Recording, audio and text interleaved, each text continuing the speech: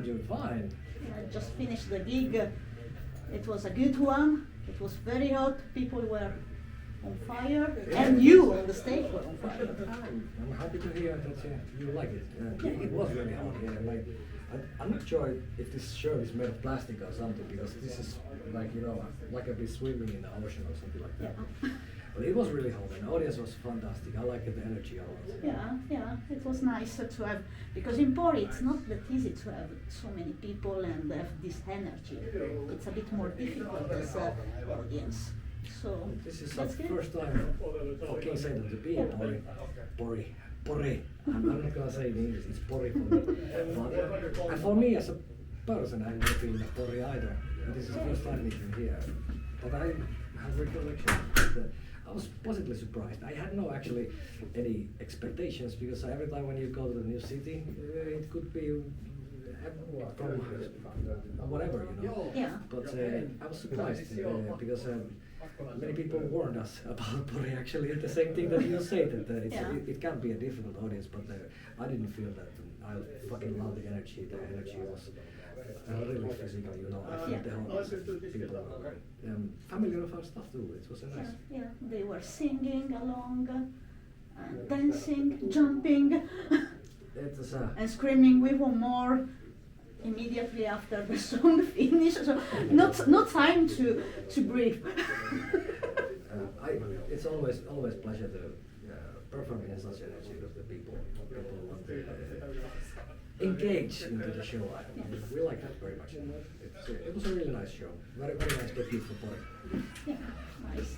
So let's talk about your last release, the Devil's, and I'm so bad to pronounce, the Devil's Evangelion. Yeah. Is it right in English? I'm not sure. I would pronounce it too, Devil's Evangelion as well. Yeah, that was released last November. That's correct. Yeah. So, what can you tell about its genesis and lyrics? Well, lyrics, it was actually a very long process, because I started writing this Devil's Evangelion album like a decade ago. I think it was like 2008 or something. Okay. I wrote, it was the first song called Destroy the World, and I wrote it actually to my older black metal band called Saturnian Mist. And if anyone is familiar with my Saturnian Mist band, everybody can everyone probably can figure out why it never became a Saturnian Mist song, because the styles were quite different. Saturnian Mist being very primitive black metal. But I started there in the playing this idea of the Devil's Evangelion. I cannot even pronounce it properly in English. The concept back in the 2008, I wanted to combine this. I had this idea of a philosophical view about, like in the name suggests, the Devil's Evangelion, which translates basically the good news of the devil. I wanted, because I always found some beauty from things considered dark, and I always saw some progressive elements in the process of destruction, and I always saw that chaos in a way has an inner sense, and all these kind of things that I always considered evil and dark. I always saw that there are progressive elements, there are things that it's not so black and white, and I started developing the whole lyrical concept back then, and I wanted it to be Saturnian Mist first, but I never managed to make music which met the concept with Saturnian Mist, and maybe next Saturnian Mist. I made the Chaos Magic album after that for Saturnian Mist in 2015, and I still felt that this concept is not cool, but all the time I kind of developed the whole concept, the lyrical concept. I made it more poetic, more symbolic, not just the things that I wanted to say. And then I founded King Satan because I felt that I needed another project for this. But for some reason I felt that I'm not ready for this concept. Even when I founded King Satan in 2017, I have this passion for spiritual anarchy kind of thing. I need to deal with some other stuff before I can finish this concept. I continued. We made 3 albums before I felt 2022. I was like, now it clicked. And the lyrical concept was in the making over 10 years ago. But the music, when I got the idea, now I know what kind of music it needs to be. It was like 2 weeks I composed everything I did. I just waited the music to click in there. It's a very, very long process for me, very personal. This is why it's ridiculously important to know personal. In a sense, it feels like I am this album, both musically and lyrically. I'm like thinking, will I ever like top this? I made it so long, so where to go next? We'll see. Let's see. Yeah. And you also released 4 music videos so far from this album. That is correct. Yeah. So there is any particular story behind any of those videos that you want to share with us? Something funny or something else? Whatever you think that you would like to share. I could talk on and on, of course, with those videos. Besides being a musician, I am also a music video. Well, not only music video, but audio visual production. I make music videos like advertisements and stuff like that for radio. And when I'm not very fond of making advertisements and stuff because you have to do visions of other people. But when it comes to my own band, I can do whatever I want based on my own visions. Freehand. Yeah, and that's like a passion thing that I can, what I know how to do, and I can do it for my own projects, music projects. And, well, I could talk on and on about the videos, but maybe this is a fucking surreal thing. But second music video, Chaos Forever Now, it was a collaboration song with the Austrian Nachmar. They play this fetish industrial techno band. We became friends because we supported them back in the days, and they are very provocative, very over the top kind of thing, and we get along very, very well. And there was supposed to be an actual, performance music video of that, but the schedules kind of overlapped. We never had time to meet each other. So I'm like thinking, I made this South Park Monty Python kind of animations before. I have no idea what I'm doing there, but I'm just like figuring out, okay, it's just and I do them old school. I don't use any automation. I just do the picture kind of, it's a fucking, it takes so many long time, and I kind of wish that I knew some easier way to do that, but anyway, that was because we couldn't meet each other schedule wise, and the album is coming, so I'm saying to Nachmar Thomas that what if I do this psychosadomasochism type of animation of us? He was like, yeah, do, and that was very nice because when you do that kind of thing, there are no limits, I can do that, and the whole idea of, arresting God for these crimes against humanity, it's actually the Bible, God himself admits in the Bible all those things which we are accusing. And the funny thing was there that after the video came out, I have gotten 2 times messages from Christian groups that want to sue me for blasphemy. And that's actually my manager advised not to talk about them too much beforehand if they happen, but I don't give a fuck because it's so surreal to think that blasphemy is actually still illegal in Finland. But I don't know if you knew this, but no, I didn't. I'm from Italy, and I know that in Italy, it's still a thing. But Finland, I was thinking that maybe they are more open. Well, nobody has gotten a verdict. Nobody's found guilty in many decades, like in the 60s or something, 70s. It's still illegal, but nobody cares. Even the police, the law is like, but it's still stupid to be as a law if even the law don't care about. I think that should be changed. So I'm just like, if the particular Christian groups are watching, sue me, fuck. Let's change the law. This shouldn't be illegal. It's because I'm not art.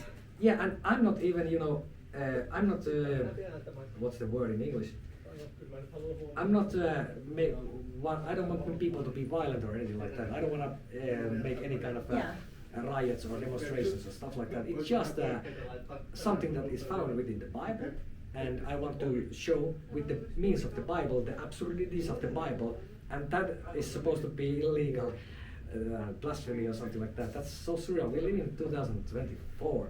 And that was surprised me. I still haven't got the any of those official ones. Only in the email, our manager, I am getting the stuff, take the video away, or they sue us for blasphemy. They put the actual laws in the Finland, which says that this is illegal. But if I am about to be found guilty of this, think about how many black metal bands there are in Finland. Yeah. There are so many people that this law would affect. It doesn't make sense. The law must be changed. Yeah. But Italy, it was different. We played once in Italy. I remember people after the show they come to buy our merchandise. They say that they are afraid to keep the shirts outside of their home or the concerts because they're afraid that some diehard Christians come to beat them. There's so many things wrong in this picture. How many Christians come to beat you for beating? How Christian is that anyway? So. Yeah, it's not. If I don't know if we go to religion stuff. If I say my opinion, maybe people get mad. So I'm shut up. But yeah. But it's still a bizarre thing to, especially in a world which is supposed to be liberal with that freedom of speech, expression and stuff like that. I understand, of course, there are laws for, when it comes to actual real crimes and stuff like that. Then if you do that, then you pay the price. But this it's always about respect and not pushing your beliefs or something to others, in my opinion. So what those people did with you, they tried to push their beliefs. Because you didn't push them to watch your video. Exactly. So that is the kind of a fundamental issue when it comes. I believe actually that everybody, even I'm in a band called King Satan. I don't advocate people. I don't want you to be Satanist. I don't want anybody. I want people to think for themselves. I want them to make their own paths. The problem with the organized religions is that they don't settle for that. They want that you get their beliefs. They want to force politics to change around them, and then they don't respect other people's beliefs. That's the problem there. Yeah. But with this discussion, we could go so deep. But let's get to the normal questions. So you signed a record deal with Noble Demon. That is correct. During the summer, was it August, July? I think it's summer probably, or May, June or something. So, how have been so far working with them? I was pleasantly surprised when they, we got many record labels interested of us, even actually some little bit bigger ones, but they were afraid of our, let's say, image and message, that it's hard to, for bigger labels like that, it's hard to sell that kind of stuff that we are doing. And I was pleasantly surprised that the Noble Demon say the exact opposite. They say that do what you do, be yourself, and they will support that. And we figured out maybe we go there because they are the right one. Yeah, because one record label indirectly they wanted us to change our logos and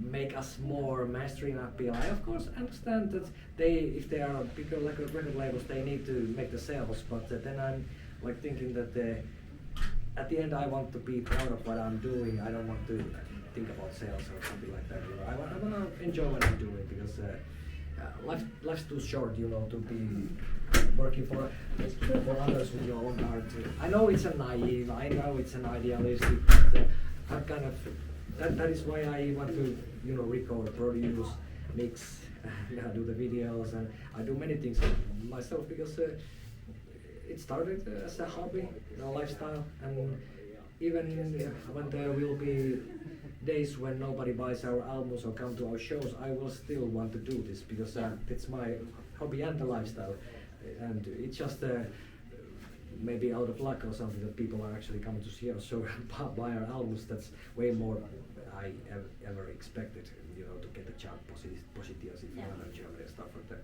But just enjoying the ride, and then when the ride ends, I'm still continuing this. This is my life. This is my lifestyle. Because it's your your soul that you are putting there. So it's right to do, people likes or not, whatever. You are doing it for yourself. Yeah, first and foremost, indeed, that is always. And it's the most important thing. Yeah, it's a kind of in a way, I'm painting myself to myself. So it's what I think most artists do anyway. Yeah, yeah. And now you played some show in Finland, but next week, tomorrow you are playing in Turku. Yes. And then you are leaving to Europe, to a European tour with Turmion Capiro. That's correct. So, how do you feel about this tour? Really excited because we played when we started our project. We shared same agent, so we know each other from a long time already. And when we started, they were very helpful for us. You know, they got us to perform with them, and it was because in Finland there are not so many industrial metal bands, so we get to play them. And after that. The guy with Turmion Janne Tolsa, also because he's really genius with the mastering stuff and stuff like that. And with the Occult Spiritual Anarchy album, and there was Evangelion album, he was mastering it and he was kind of giving tips and stuff like that. And now that we go to tour with them, it's like we're really excited to go in a place we've never been with them because they last few years they have grown so fucking big, and it's a well deserved to have worked so hard over the years. And it's very nice to go see Europe with them. In a way, you know, that's probably the craziest Finnish bands that you can think of the concerts, and we are going to the Europe with them. And since we know them already, and it's a real nice. We are really excited about it. It's a huge honor. Yeah, and I think that people will going to have a blast seeing two amazing bands with great energy on the stage. So I think people are going to sweat a lot. I hope so. Should hope so. Yeah. There is any place that you have never been that you are now going to play? We never played in Poland. For some reason, frequently we've been asked to play in Poland, but now we get to. It's a Krakow. Yeah. And we never played in Austria either. Okay.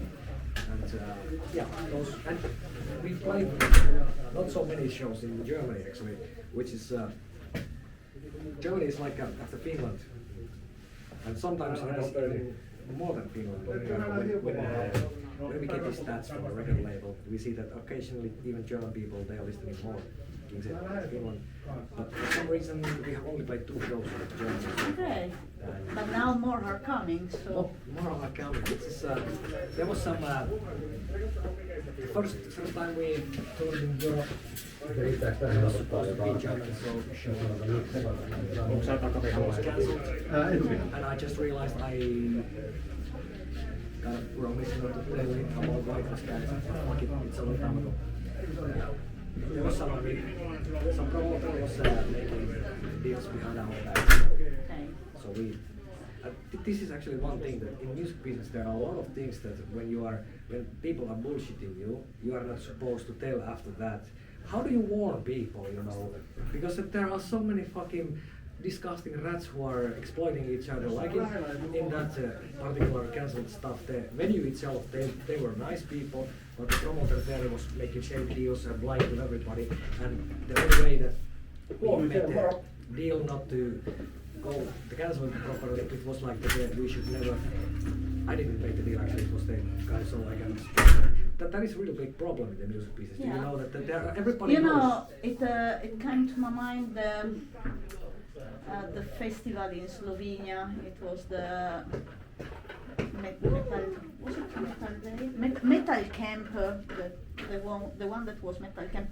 Then it was divided in 2 because there were some disagreement with those people that were organizing, and then there were 2 festivals. That one is still going on, but the other one, it was I think 2 years ago when there was this th- this thing going on, band talking that they never got the money Yeah. and something like this. So it was like, whoa, that's bad.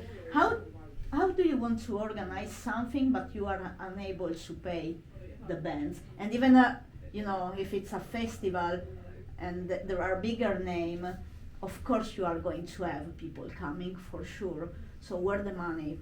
Yeah, that's the stuff, because there is certain power hierarchy there that artists are afraid of their connections and stuff like that. If they start to be a whistleblowers, they are afraid. I know many bands, even we have, like I mentioned, that scenario, and we have a couple of other scenarios in the past which didn't go well, but it was agreed that okay, in order to make a deal, we should let those things I cannot unfortunately talk about because we made a deal about it. But we hear all the time these kind of things, that many bands, artists are facing these kind of things, but nobody is daring to speak about it because of these things. Yeah. But this is the reason why it continues, that there are this stuff. And I think that should be changed. I don't know how. Yeah. How do you would change that? Because That there is need to artists to speak up and be brave and not afraid. But if it's just one, then it's not going to end in anything. So there is that everybody needs to speak out at some point. But it's not easy. It's never easy, because then if someone speak out, they may be cut from certain opportunity. yeah. Music business, it's not easy. It is not easy, but I'm so glad that we have a good management team who kind of taught us, to show that it's not really an end of the world to, stand up. Of course, some opportunities will go worse, but there is also a saying thing that the reputation always, you can keep it up going for some years, but eventually the bubble will burst. Yeah, at some point something needs to be changed, and at some point it will happen. Let's wait and hope. It is indeed like that. But yeah, it's a kind of a. How did we end? The Germans. Yeah. The Germans. When we last year we supported the God Minister. Yeah. The God Minister could not perform elsewhere in Germany because they played in the big festivals earlier, and they had this deal that they cannot perform, but only in this certain area. Even God Minister would have been, very big. Fantastic guys. It was a fucking fantastic tour. We learned a lot. And we became friends. But it was only one German show with them. So now with together I think we have 9 or 8 German shows. So this kind of people, finally we get there, because we have got so many messages from German people. Yes, finally this is happening. Of course there was a COVID and those things where 2 tours were supposed to happen in Germany, but they cancelled things. That was a dark times for them. But now it's time. But let's talk about your book, because you release a book also. That is correct. So tell us more about it. Well, initially, actually the guy you saw before there, our roadie guy, he told me that if somebody reads my lyrics and my interviews and listens to my stories, then one time is this guy. He's shy, don't feel it. But he told me that when this, I'm actually honest talking about you in this interview. Nice. But we're friends for a long time, so he heard my shit. He said that I'm telling my own philosophy to me in my lyrics, in my interviews and everything like that. Because in the past, I was actually, many people are asking me when they hear me speak, I should write a book or something like that for my thoughts, but I have no discipline for writing an actual book. I actually tried. I had a publishing contract. I tell about that in the book. It's not actually a book in the traditional sense, because I didn't really wrote it. It's a compilation of all the King Satan's lyrics, some of the Saturnian lyrics which are related to King Satan, this theme, like I mentioned earlier. Then there are a lot of interview chapters from the years, music questions taken off, all the philosophical, this kind of things I'm talking about here. Yeah. They are put together, and because I realized after I tried to write those books about my thoughts, philosophy and stuff, I didn't want to read it. It was so fucking boring, you know. I'm like, okay, I mean what I'm saying here, but for my temperament, it's not like that. I shouldn't write that kind of stuff. The only way for me to express my thoughts was indeed lyrics, interviews. And my friend, and our roadie, told me that am I realizing that I am the book I never wrote. I'm actually writing it through my lyrics and my interviews and my stuff. So I'm like, I need to check it out. I collected everything together. I'm like, that kind of makes sense now. And I show it to the people around me. They're like, yeah, this needs to be published now because it paints these thoughts, these philosophical systems, in one book, in a style that is suitable for me, artistic, very chaotic kind of style. And when I presented the record label this idea, because also we heard, because people are not so much buying CDs, vinyls, those kind of stuff anymore like they used to. And when people listen to Spotify, they say, I don't read the lyrics or stuff like that. So I mentioned the record label. Well, people want to read our lyrics more often. What if we make this book, which includes my philosophical shit and stuff like that, but also the people who are not buying physical CDs with the lyrics, they could read the lyrics from there too. The record label was, yeah, this is a good idea. And then we made it, and it's it includes stuff all the way from 2008 when I started to make it album, but it is also includes stuff, all the King Satan stuff, and all the stuff where I talk about Satanism, charismatic occultism, mysticism, also about spiritual anarchy and this kind of calling serious business, black comedy, absurdism, all the stuff. When they're together, I'm like thinking, yeah, it's painting a picture which is more holistic and people can understand probably King Satan better. And also Saturnians, because they were thematically very close. Yeah. It was delayed, it has been out now like only a month, it came in December. And I have been so overwhelmed actually for the feedback. I was so fucking nervous that people, does anybody really understand anything what I'm trying to say here in the interviews? Because every time I answer interview, I answer like this. I'm a very energetic person. I want to go with the vibes and stuff. And when they put together in there, I'm like, yeah, well, I said those things in the interview, so go ahead. And there was actually a publishing editor for it, and it made it look like a real book. So in a sense, it is a book, but it's not a book in the sense that I would write separately because it was a compilation of stuff. But if you are interested of any of the things related to the King Satan's thematic, ideological side, then I recommend. And also just for the plain lyrics. All the lyrics are there. Yeah. That's nice, and it's not so common because there are not many bands that have books, at least not a book like this, I think. That it's something unique.